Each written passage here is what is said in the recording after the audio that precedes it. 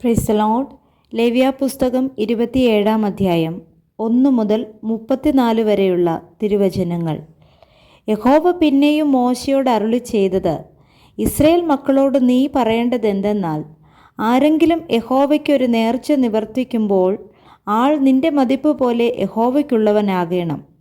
20 വയസ്സ് മുതൽ 60 വയസ്സ് വരെയുള്ള ആണിന് വിശുദ്ധ മന്ദിരത്തിലെ തൂക്കപ്രകാരം നിന്റെ മതിപ്പ് 50 ശേക്കൽ വെള്ളിയായിരിക്കണം. പെണ്ണായിരുന്നാൽ നിന്റെ മതിപ്പ് 30 ശേക്കൽ ആയിരിക്കണം. 5 വയസ്സ് മുതൽ 20 വയസ്സ് വരെയെങ്കിൽ നിന്റെ മതിപ്പ് ആണിന് 20 ശേക്കലും പെണ്ണിന് 10 ശേക്കലും ആയിരിക്കണം. 1 മാസം മുതൽ 5 വയസ്സ് വരെയുള്ളതായാൽ നിന്റെ മതിപ്പ് ആണിന് 5 ശേക്കൽ വെള്ളിയും പെണ്ണിന് 3 ശേക്കൽ വെള്ളിയും ആയിരിക്കണം. 60 വയസ്സ് മുതൽ മേലോട്ടെങ്കിൽ നിന്റെ മതിപ്പ് ആണിന് 15 ശേക്കലും പെണ്ണിന് 10 ശേക്കലും ആയിരിക്കണം. നിന്റെ മതിപ്പ് പോലെ കൊടുപ്പാൻ കഴിയാതെ വണ്ണം ഒരുത്തൻ ദരിദ്രനായിരുന്നാൽ അവനെ പുരോഹിതൻ്റെ മുമ്പാകെ കൊണ്ടുവന്ന് നിർത്തേണം. പുരോഹിതൻ അവനെ മതിക്കണം. നേർന്നവൻ്റെ പ്രാപ്തിക്കൊത്തവണ്ണം പുരോഹിതൻ അവനെ മതിക്കണം. അത് യഹോവയ്ക്ക് വഴിപാട് കഴിപ്പാൻ തക്ക മൃഗമാകുന്നുവെങ്കിൽ ആ വകയിൽ നിന്ന് യഹോവയ്ക്ക് കൊടുക്കുന്നതൊക്കെയും വിശുദ്ധമായിരിക്കണം. തീയതിനു പകരം നല്ലത്, നല്ലതിനു പകരം തീയത് ഇങ്ങനെ മാറ്റുകയോ വ്യത്യാസം വരുത്തുകയോ ചെയ്യരുത്.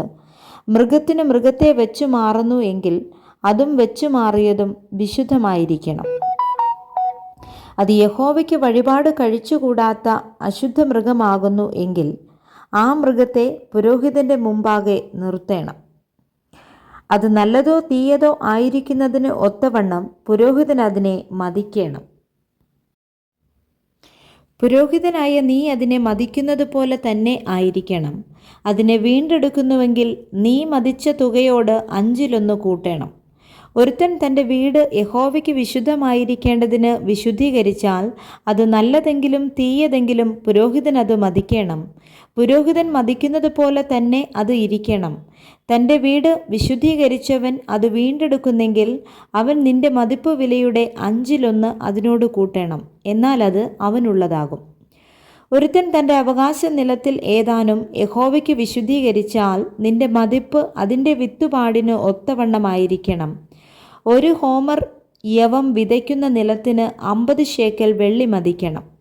യോബേൽ സംവത്സരം മുതൽ അവൻ തൻ്റെ നിലം വിശുദ്ധീകരിച്ചാൽ അത് നിന്റെ മതിപ്പ് പോലെ ഇരിക്കണം.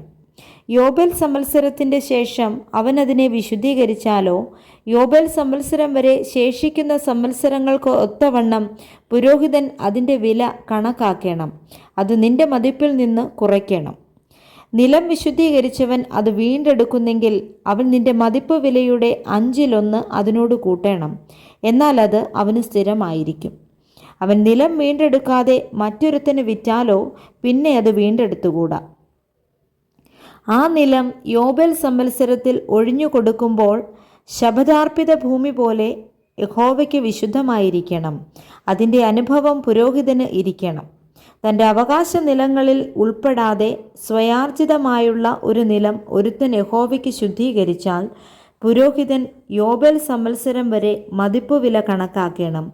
നിന്റെ മതിപ്പ് വില അവൻ അന്നു തന്നെ യഹോവയ്ക്ക് വിശുദ്ധമായി കൊടുക്കണം.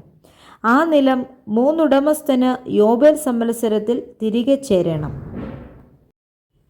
നിലത്തിലെ വിത്തിലും വൃക്ഷത്തിൻ്റെ ഫലത്തിലും ദേശത്തിലെ ദശാംശമൊക്കെയും യഹോവയ്ക്കുള്ളതാകുന്നു. അത് യഹോവയ്ക്ക് വിശുദ്ധം. ആരെങ്കിലും തൻ്റെ ദശാംശത്തിൽ ഏതാനും വീണ്ടെടുക്കുന്നുവെങ്കിൽ അതിനോട് 5 കൂടെ ചേർത്ത് കൊടുക്കണം. മാടാകട്ടെ ആടാകട്ടെ കോലിൻ കീഴെ കടന്നു പോകുന്ന എല്ലാറ്റിലും 10 യഹോവയ്ക്ക് വിശുദ്ധമായിരിക്കണം. അത് നല്ലതോ തീയതോ എന്ന് ശോധന ചെയ്യരുത്. വെച്ചു മാറുകയുമരുത്. വെച്ചു മാറുന്നുവെങ്കിൽ അതും വെച്ചു മാറിയതും വിശുദ്ധമായിരിക്കണം. അവയെ വീണ്ടെടുത്തുകൂടാ. ഇസ്രായേൽ മക്കൾക്കു വേണ്ടി യഹോവ സീനായി പർവ്വതത്തിൽ വെച്ച് മോശയോട് കൽപ്പിച്ച കൽപ്പനകൾ ഇവ തന്നെ. Praise the Lord. വായിച്ച തിരുവചന വേദഭാഗങ്ങളാൽ കർത്താവ് നമ്മെ എല്ലാവരെയും സമൃദ്ധിയായി അനുഗ്രഹിക്കുമാറാകട്ടെ. ആമേൻ.